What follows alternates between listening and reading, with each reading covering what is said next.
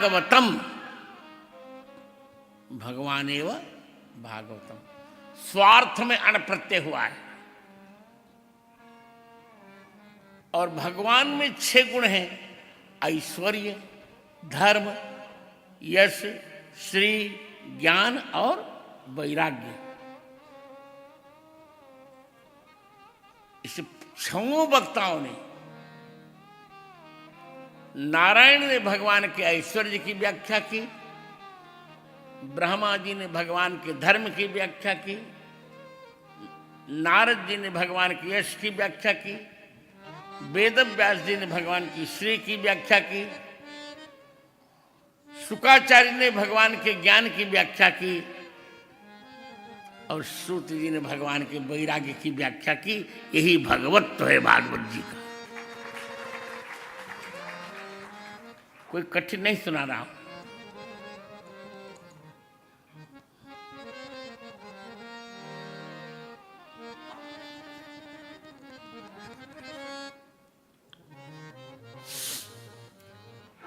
और एक पक्ष और भी है। नारायण ने भगवान के ज्ञान की व्याख्या की, ब्रह्मा जी ने शक्ति की व्याख्या की, नारद जी ने भगवान के बल की व्याख्या की, वेद व्यास जी ने भगवान के ऐश्वर्य की व्याख्या की, शुकाचार्य ने भगवान के तेज की व्याख्या की और सूत जी ने भगवान की वीर्य की व्याख्या की। ये पूर्ण भगवत भागवत में आ गए।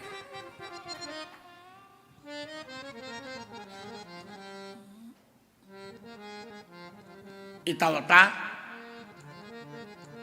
भागवत जी भगवान है।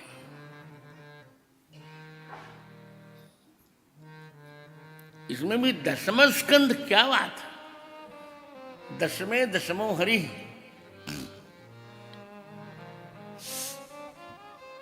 भागवत जी का हृदय है, रास पंचाध्यायी 5 प्राण है भगवान के। और वेद स्तुति ये भागवत जी की आत्मा है मित्रों, आत्मा। तो चलिए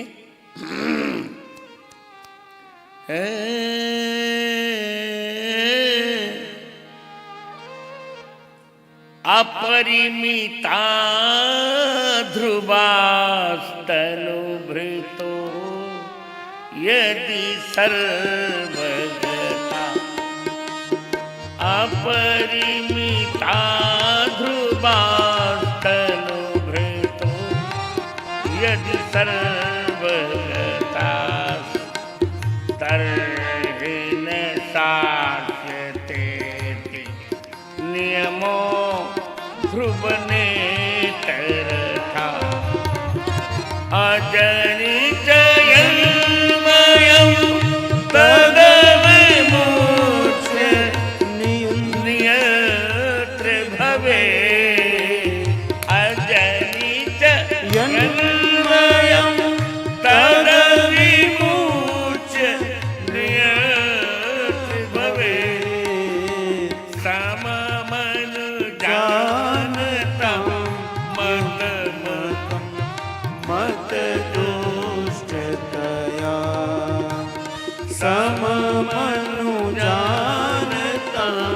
यदमतं मतदुष्टतया, सममनुजानतं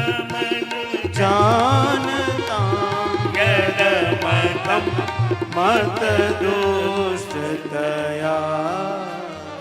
बहुत प्यारा, क्या वर्णन है। मैक्स मूलर कहा करते कि this is very very beautiful chapter, बहुत सुंदर चैप्टर है। ये श्लोक क्या कहना, 31वां श्लोक है ये। कहते हैं कि हे ध्रुव, यदि तनुभृतः अपरिमिता ध्रुवा सर्वगता तरहि शास्यता इति नियमो न।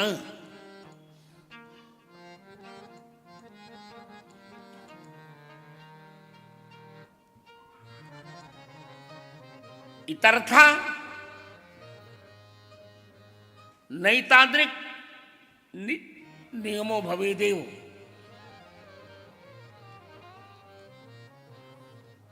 क्यों?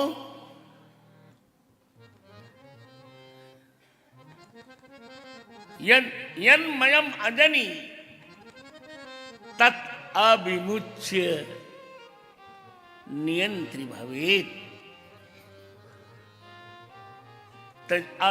तर्हि अविमुच्य तत् अविमुच्य समम नियंत्री भवेत्।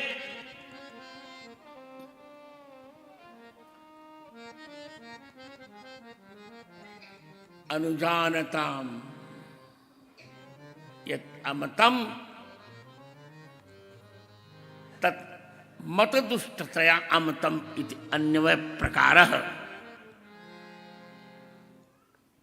थोड़ा सा आपको कठिन लगेगा, आप चिंता मत करिए, कठिन तो सुनना ही चाहिए। भगवती श्रुति कहती है, वेद भगवान कह रहे हैं, भगवान से कहा श्रुति ने, उधर श्रुति ने और उधर सीता जी ने और राधा जी ने, इनके मुख से 28 श्रुतियां निकल रही हैं। सीता जी ने राम जी को जगाया, राधा जी ने कृष्ण भगवान को जगाया। देखिए, आपको जगना चाहिए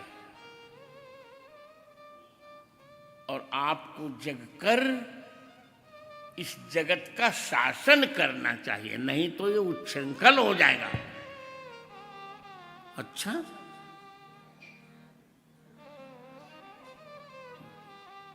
भगवानकारी श्रुतियों का आप जानते हैं, कुछ लोगों के मत में जीव अपरिमित है, इनकी सीमा नहीं है, और जीव सर्वव्यापक हैं।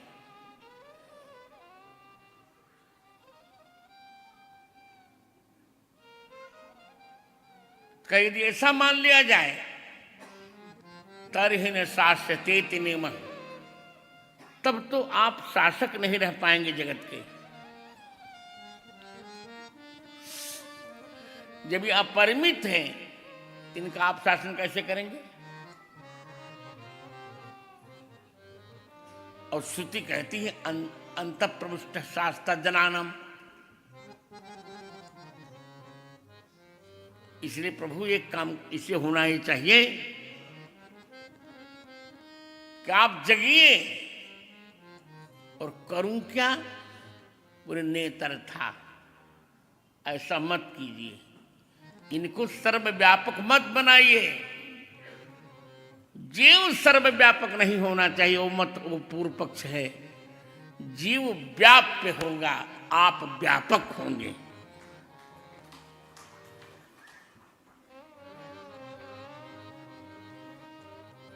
जीव में नोट करो, रामचंद्र दास और विद्यार्थियों, ठाकुर जी नोट कीजिए, जीव दोनों में एक अंतर है। जीवात्मा भी चेतन है और परमात्मा भी चेतन है, पर अंतर ये है कि अणुत्वे सच्चेतनत्वम जीवत्वम, व्यापकत्वे सच्चेतनत्वम परमात्मत्वम। जीव अणु होकर चेतन है और परमात्मा व्यापक होकर चेतन है।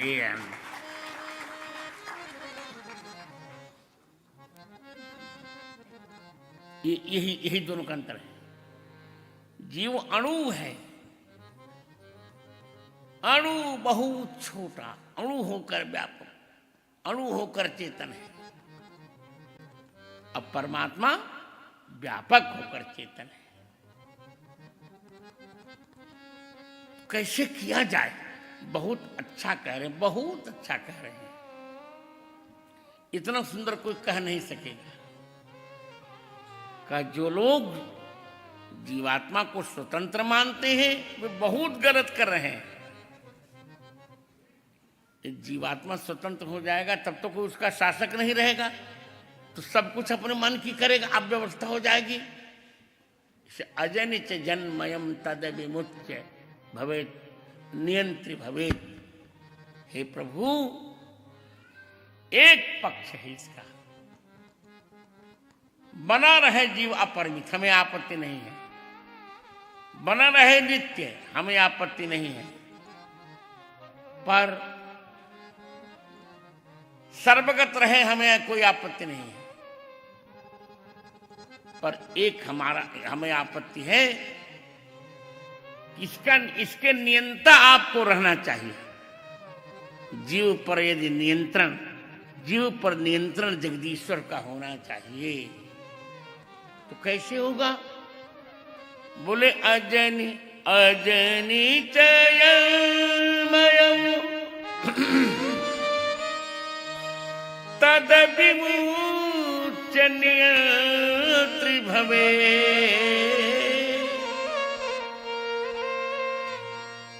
अजनिच जन्मयम, यहां टीकाकारों ने गलती की है। यहां मैट प्रत्यय टीकाकारों ने विकार में मान लिया है, ये गलत है, गलत है ये। फिर मैट प्रत्यय किसमें होगा? यहां आगत अर्थ में होगा। मैट प्रत्यय आगत अर्थ में होगा। तत आगत के अधिकार में मैट च। जिससे कोई कहे कि आप कहां से आए, तो आप कह दीजिए अहम ब्रजमय, माने मैं ब्रज से आया हूं। तो अजनिच जन्मयम, यस्मात् आगत हित जन्मयः, सारा जीव जगत परमात्मा के पास से आया है। परमात्मा के पास से आया है। पुरुष वर्ग राम जी के पास से आया है। नारी वर्ग सीता जी के पास से आया है। इधर पुरुष वर्ग भगवान आनंद कंद कृष्णचंद्र जी के पास से आया है। नारी वर्ग भगवती राधिका जी के पास से आया है। ये इसका समाधान है।